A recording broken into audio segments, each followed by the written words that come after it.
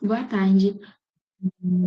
Eu vou falar sobre o desenvolvimento e avaliação de micropartícula contendo lacticase-bacillus rhamnosus GG, utilizando farinha de banana verde como material de parede.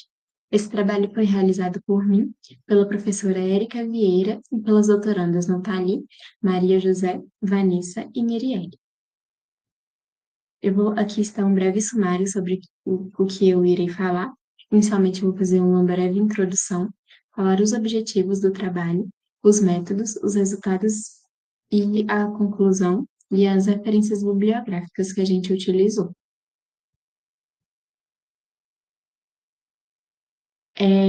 Os probióticos são micro-organismos capazes de melhorar a saúde intestinal de seres humanos, mas que, para isso, eles precisam ser administrados em quantidades adequadas e regularmente. Para que eles cheguem ao trato gastrointestinal mais protegidos e que tenham uma influência melhor, a gente pode utilizar a microencapsulação.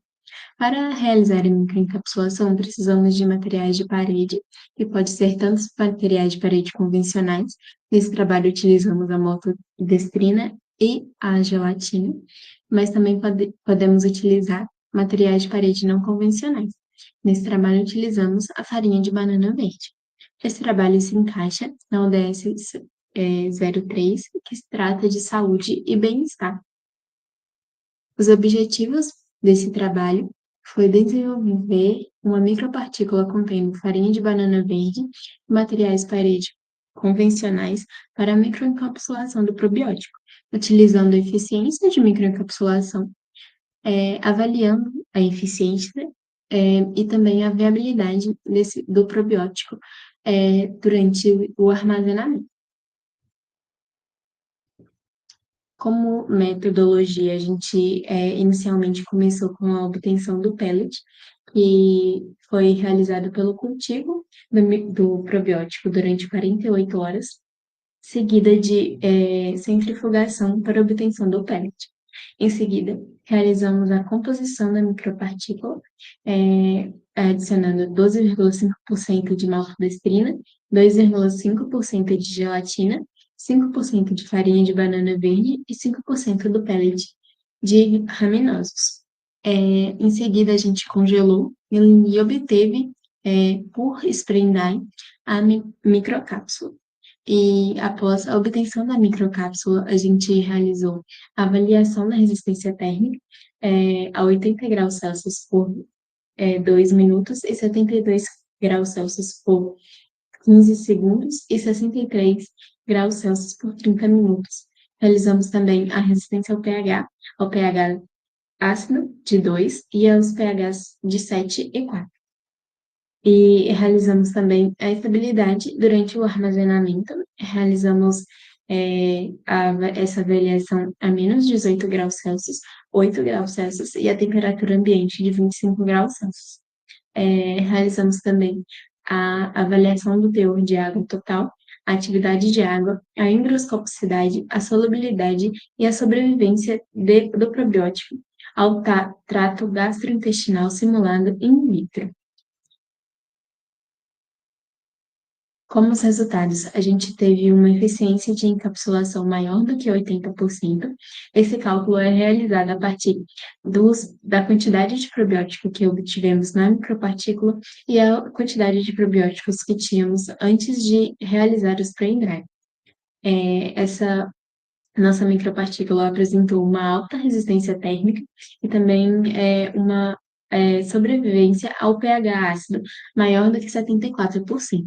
O teor de água da micropartícula foi de 3,48, a atividade da microcápsula foi de 0,22, a solubilidade foi de 75,52%, a higroscopicidade foi de 8,21 e em grama por 100 gramas. E a gente também avaliando o trato gastrointestinal in vitro, teve uma sobrevivência do Lactobacillus rhamnosus GG, microencapsulado de 5,53 log UFC por grama a 8 graus Celsius e 7,97 gramas log de UFC por grama a menos 18 graus Celsius. Essa análise não foi realizada a 25 graus Celsius, em decorrência que, após o armazenamento, o probiótico é, não se apresentou viável a 25 graus Celsius. Eu vou falar um pouco mais para frente. Falando um pouco sobre a viabilidade do probiótico na micropartícula, a gente avaliou durante 120 dias de armazenamento. Após os 130 dias, após os primeiros 30 dias de armazenamento, a micropartícula a 25 graus Celsius apresentou cerca de 1,85 logs UFC por grama, enquanto a micropartícula armazenada a menos 18 graus Celsius e 8 graus Celsius apresentou reduções de 0,15 a 0,60 logs UFC por grama em relação à primeira viabilidade. Aos 90 dias de armazenamento, a micropartícula armazenada à temperatura ambiente de 25 graus apresentou uma redução de 5 logs na viabilidade do probiótico, e apresentando também uma contagem de 3,5 logs UFC por grama, enquanto a armazenada a menos 18 graus Celsius apresentou 8,03 logs UFC por grama, e a armazenada a 8 graus Celsius apresentou 7,72 logs UFC por grama. Após 120 dias de armazenamento, a micropartícula a 25 graus Celsius não apresentou células viáveis, como eu havia falado anteriormente, e a micropartícula a menos 18 graus Celsius tinha 7,97 logs UFC por grama, e a menos 8 graus Celsius que foi armazenada a menos 8 graus Celsius, continha cerca de 7,24 logs UFC por grama.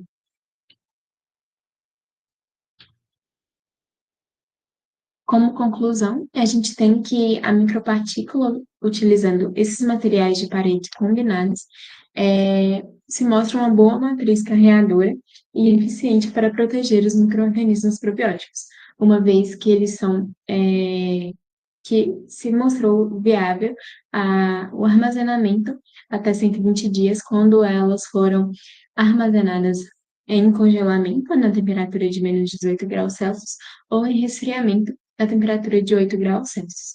Isso ajuda a manter a viabilidade da micropartícula. Isso mostra que a microcápsula é capaz de se manter viável durante o armazenamento. Então, consequentemente, ela seria uma boa para os consumidores e também para serem adicionadas posteriormente em alimentos. Aqui a gente tem as referências bibliográficas utilizadas. Para acessá-las, basta apontar o celular para o QR Code. Eu gostaria de agradecer à CNPq e ao LIPA, Laboratório de Inovação no Processamento de Alimentos, que é o laboratório que eu faço parte e que eu sou orientada pela professora Érica e pelo meu grupo de pesquisa. E é isso, obrigada.